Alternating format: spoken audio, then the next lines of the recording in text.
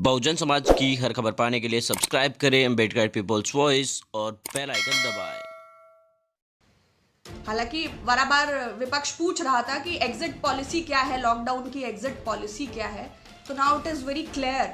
Like PM ने CM पे छोड़ दिया है, सीएम ने डीएम पे छोड़ दिया है, डीएम ने अपना ब्लॉक डिवीजन अधिकारियों पर छोड़ दिया है, उन्होंने जनता पर छोड़ दिया है, जनता ने भगवान पर छोड़ दिया है। तो आप लोग भी अपने अपने कार्य क्षेत्र में जाने लगे होंगे, लेकिन please take care of your health, take proper safety measures and precautions because it's necessary and nobody cares.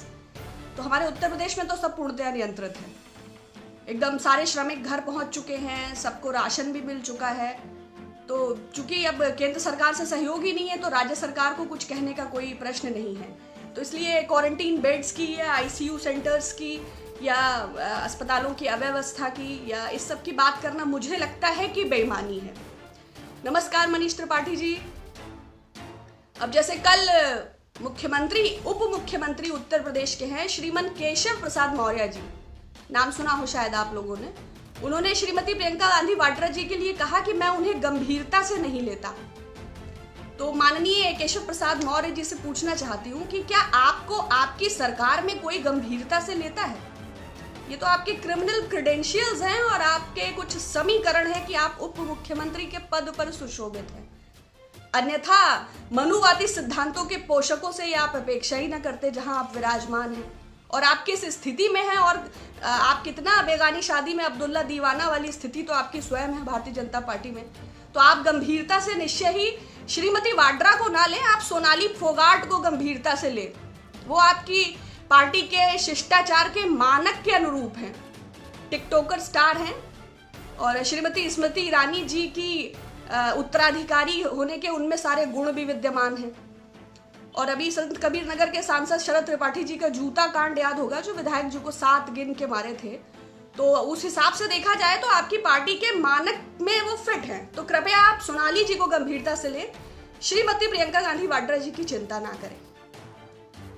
उन्होंने आपने 889 बसें वापस खाली भेज दी, आपके द्वार पे खड़ी थी, तो आपकी खिसियाहट जायज है। आपने श्रमिकों की मदद नहीं की, कोई दिक्कत नहीं है, लोग अपने घर अपने साधु, फिर भी उन्होंने लाखों परिवारों को छोटे छोटे वाहनों से घर पहुंचाया है।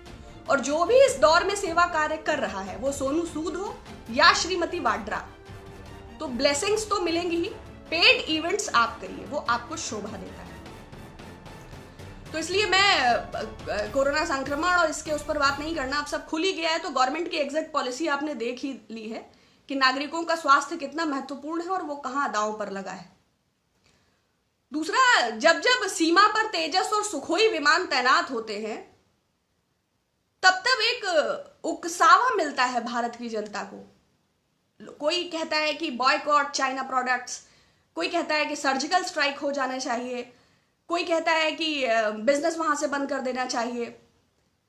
लेकिन जैसे अभी हम लोग, एक रिपोर्ट है आपको मैं शेयर करना चाहूंगी, द प्रिंट में थी, बहुत अच्छी रिपोर्ट थी। ये retired lieutenant general HS Panag, ये नॉर्थ कमांड के जीओसी भी रहे हैं और इनका कहना है, 8-9 तारीख को वैसे मैंने इंडिया टुडे पर भी इसे देखा था, कि 40 वर्ग किलोमीटर भूमि पर चाइना ऑलरेडी कब्जा कर चुका है और गवर्नमेंट डिनायल के बोर्ड में है। पहले भी जब श्रीमान अमित शाह, माननीय प्रधानमंत्री जी और रक्षा मंत्री जी ने अरुणाचल का दौरा किया था तो चाइना ने इस पर आपत्ति दर्ज की थी। लेकिन जितना हमें मीडिया प्रोजेक्ट करती है, हम सिर्फ उतने से ही अवगत होते हैं।